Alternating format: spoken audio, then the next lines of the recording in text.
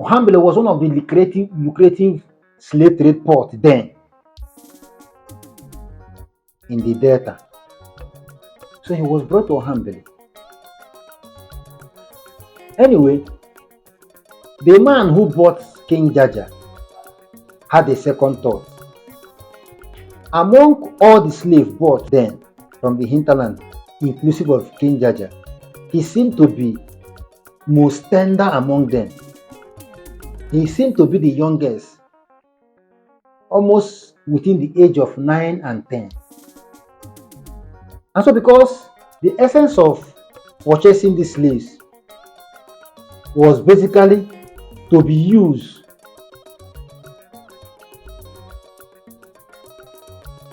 in the plantation across the Atlantic at the discovery of America. So they were to go to the plantation there and work their life and hazard their lives for the benefit of the white slave masters. And so the man had considered to himself that he was just a minor, and so he had a change of mind.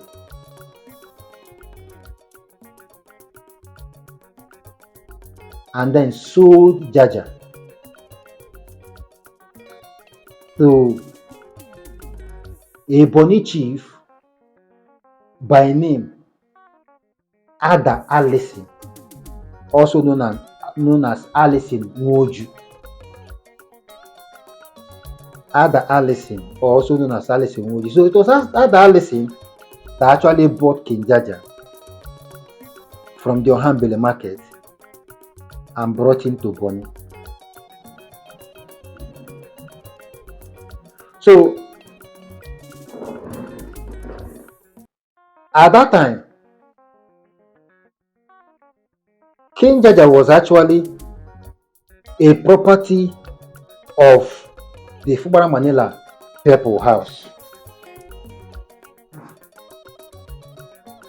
of Grand Bonny.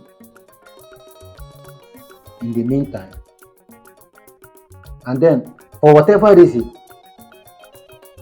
Ada Allison took King Jaja and handed over to Chief Madoka of the Fubani Purple House. Now, Chief Madoka of the Fubani Purple House was actually, as at that time, the regent of the house of Bonny as at that time, at the demise of Ofubo. Ofubo and the people was the second son of King Perikule, whose name was later anglicized by the Europeans as Purple. So Purple is a corruption of Perikule.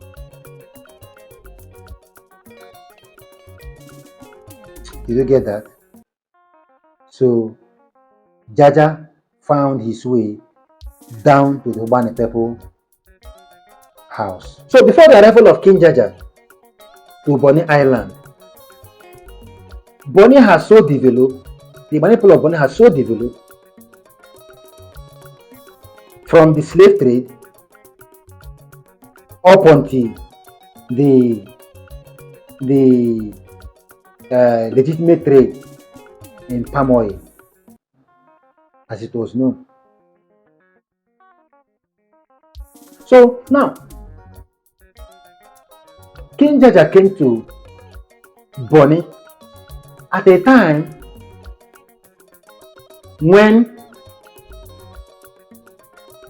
Ofubo dynasty, the Perikule dynasty was taking charge of the affairs of Bonny socio-political life. Like I said, there have been other kings, people like Queen Kambasa, King Kamalo, Alabariye, all of them, until the time of Pericule. Now, Pericule had 3 sons. Prince Ibulu was the first son, and then Prince Fobara Manila Pepo, the second son, and Upubane Pepo, the third son. Along the line, according to history, Ibulu died, leaving behind Fobara Manila Pepo and Upubane Pepo. So now, these 2 major houses in Bonny became the strength of the Bonny kingdom as at that time, having the king at the center of the affair of the kingdom. So we can now say, at that time, Afubana people assume, having lost Ibulu to death, so Fubara assumed the position of the first son, while Opubo became, from third position, became second son by circumstances. So at this point, there were fierce competition, trading competition for the maximization of profits arising from the interaction with the outside world as at that time.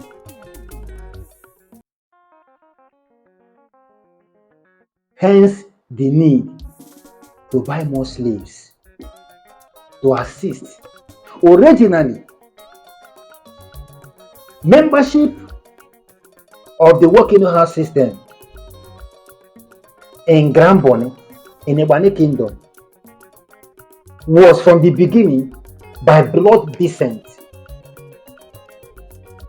until when it metamorphosed into a trading corporation.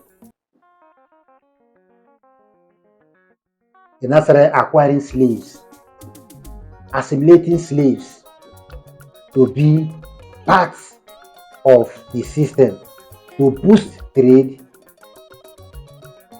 and to strengthen the population of the houses involved. I hope you are getting me. So, under this tensed atmosphere, competition here, and especially at the death of Ofubo. And so when Ofubo died around 1830, Ofubo died 1830. So King Jaja arrived Bonny, not meeting Ofubo. King Jaja arrived Bonny about 1831. So King Jaja was about 10 years of age when he came to Bonny.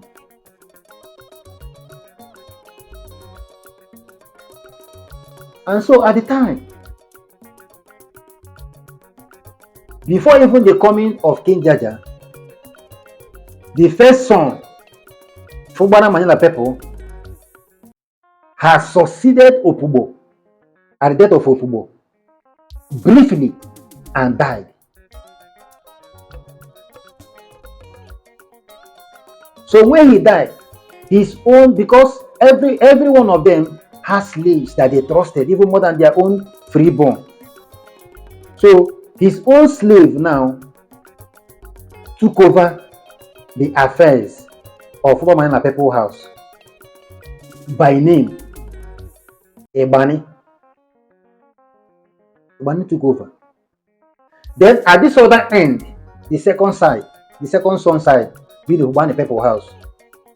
What happened? Madoka of Ubani Pepo, a man of Savile origin, he too was a manumitted slave of Ofubo, the top principal slave of Ofubo. So him too was in charge as a regent. So there were this competition here and there.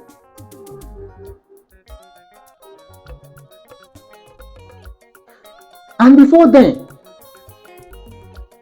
Mado, according to history, because when you research comparatively.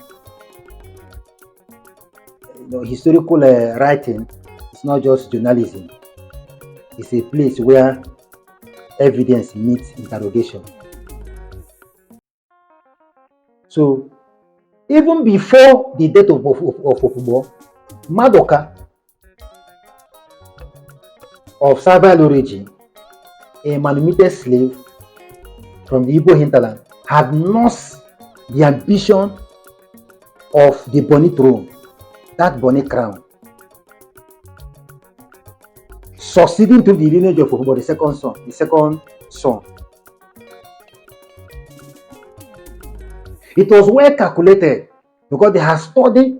At this point now, the slaves were more in number because they helped in projecting trading activities of the kingdom with Europeans. So, him having been there for a long time, in fact, according to other sources, Madoka had even served Pericule. So, Ofubo even inherited the Madoka. So, Madoka was already there, serving Pericule. Madoka was there when Pericule died.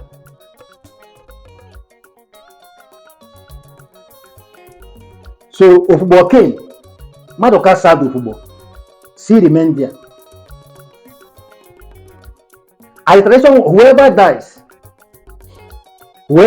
within the lineage of Ofubo, Madoka had always come forward to be regent, to play the leading role, holding the house together, pending the emergence of another ruler.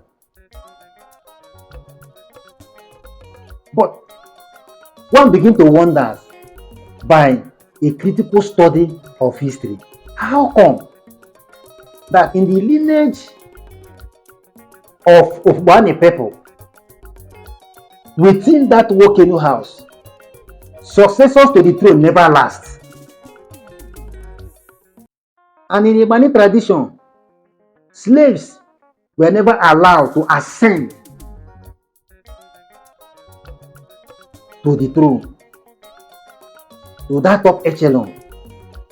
The highest level any slave can attain is chieftaincy.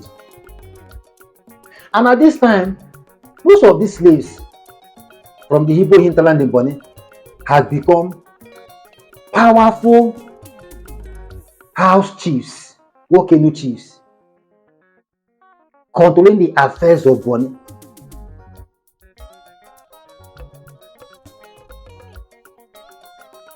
And so, this was a situation that was coming in to fit in. So, when Madoka died, his son Alale took over as regent, all making effort by chance, by privilege of history, by whichever way, to becoming or ascending to the throne. But all to no avail. Because even the freeborn of the Bonny Kingdom were resilient. They also actually, to a large extent, understood their plots. So, King Jaja of Opopo served Madoka. Madoka died. Alale, his son, took over the Bonny people house. He served Alale. Alale died. Elole, the son of Alale, took over. He actually served Elole. And then until the death of Elole in 1860, Elole died. Now, by the time Elole died in 1860, The bonny people house were terribly indebted. Things had gone wrong.